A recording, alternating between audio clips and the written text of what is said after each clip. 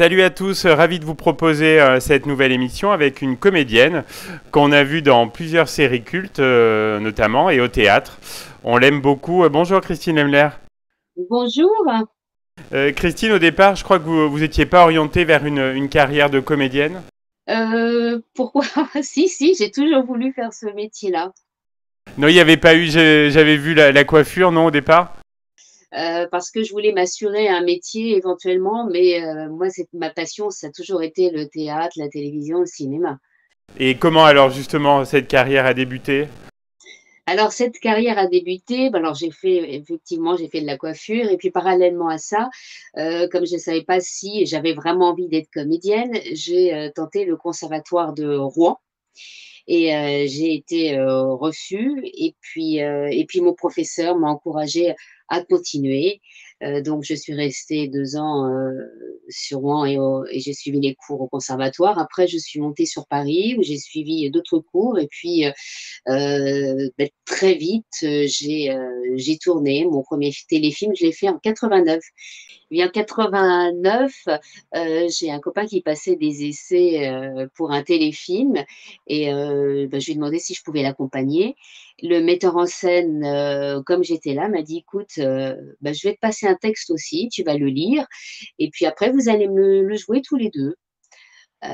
Il nous dit à la fin: «Je vous prends tous les 2 comme rôle principal pour mon téléfilm».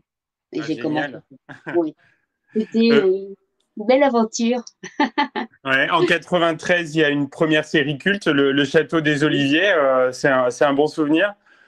Oui, enfin, moi j'avais un petit rôle Oui, une dans cette apparition, série, ouais. mais oui, j'étais ravie de faire partie de cette aventure parce que cette série a bien marché. Il y avait avant une autre série qui s'appelait Édouard et ses filles avec Pierre Mondy, où il avait 6 filles avec 6 problèmes différents, et voilà, je faisais partie, d'une de ces filles. J'étais l'artiste de la famille, un peu déjantée, un peu barrée.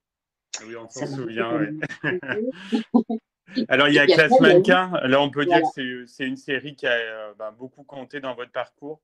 Oui, parce que c'est la première série qui m'a médiatisée et puis c'était important parce qu'à l'époque, M6 était une chaîne musicale et ils ont eu envie d'intégrer la fiction et de faire une série et donc j'ai été recrutée par M6 et nous avons été diffusés à heure de grande écoute puisque c'était le samedi et le dimanche à 20 heures en face du journal télévisé et le succès a été immédiat. Ça parlait à l'époque, la mode, les mannequins étaient très populaires et cette série parlait de ça et c'est peut-être pour ça elle a cartonné autant et elle a été vendue dans 120 pays. Oui, c'est énorme, ouais. Oui, c'était énorme. On faisait tous les magazines, on était invités, partout, toutes les émissions, c'était très, très drôle. C'était fulgurant ce succès. Et puis après, j'ai intégré une autre série aussi qui s'est vendue aussi, qui a été la série française à l'époque la plus vendue au monde, c'était Sous le soleil. Ah ben là, avec un rôle inoubliable, hein, ça devait être jouissif de jouer cette peste un peu folle quand même. Ouais, oui, c'est ça, elle était folle, elle pouvait tout se permettre et à chaque fois que je lisais les scénarios, je dis: «Mais vous allez un peu loin quand même». Et alors, quels autres personnages récurrents dans une série vous ont le plus marqué? Oh, j'ai pas de Valentine, c'est vrai qu'elle a fait partie de ma vie, quelques années, je crois que pendant 6 7 ans au moins, si c'est pas 8, c'est possible même.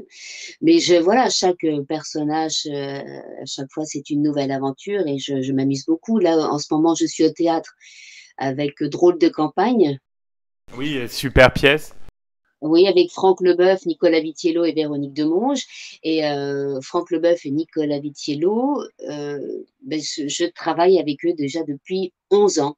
On a créé comme une famille, on est complémentaires, on adore travailler ensemble, on se connaît très bien, donc on peut se dire les choses il y a une harmonie entre nous, il y a pas d'ego et c'est ce qui fait le succès de nos pièces depuis, des années puisqu'on a joué, ma belle-mère et moi, ma belle-mère, mon ex et moi, ma belle-mère et moi 9 mois après, L'arnaqueur et puis là, Drôle de campagne et on s'amuse beaucoup. On a joué, pendant 1 an cette pièce et le bouche à oreille fait qu'on continue là, cette année. Et on indique à nos auditeurs que vous serez à Clermont-Ferrand donc le 23 février 2023 à la Maison de la Culture. Donc on a hâte de vous accueillir en Auvergne. Et puis c'est un peu enfin, thème d'actualité, en tout cas ça l'était l'année dernière puisque on parle d'élections présidentielles. Bon, nous c'est un peu loufoque, hein. Oui, oui, oui, on imagine. Christine, est-ce que vous avez d'autres projets dont vous souhaiteriez nous parler? Pour l'instant c'est un peu secret, donc voilà, c'est en train de se mettre en place. Mais voilà, j'en saurai un peu plus dans les 2 mois qui viennent. Eh bien, on aura plaisir à en parler une autre fois. Un grand merci, Christine Lemler, et à bientôt donc sur Clermont-Ferrand le 23 février pour Drôle de campagne.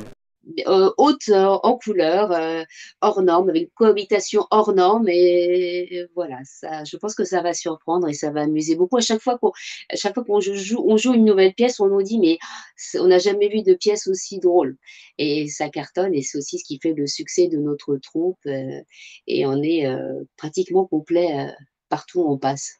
Bah, c'est mérité. À bientôt, Christine Lemler. Merci. Même bientôt, merci beaucoup Stéphane.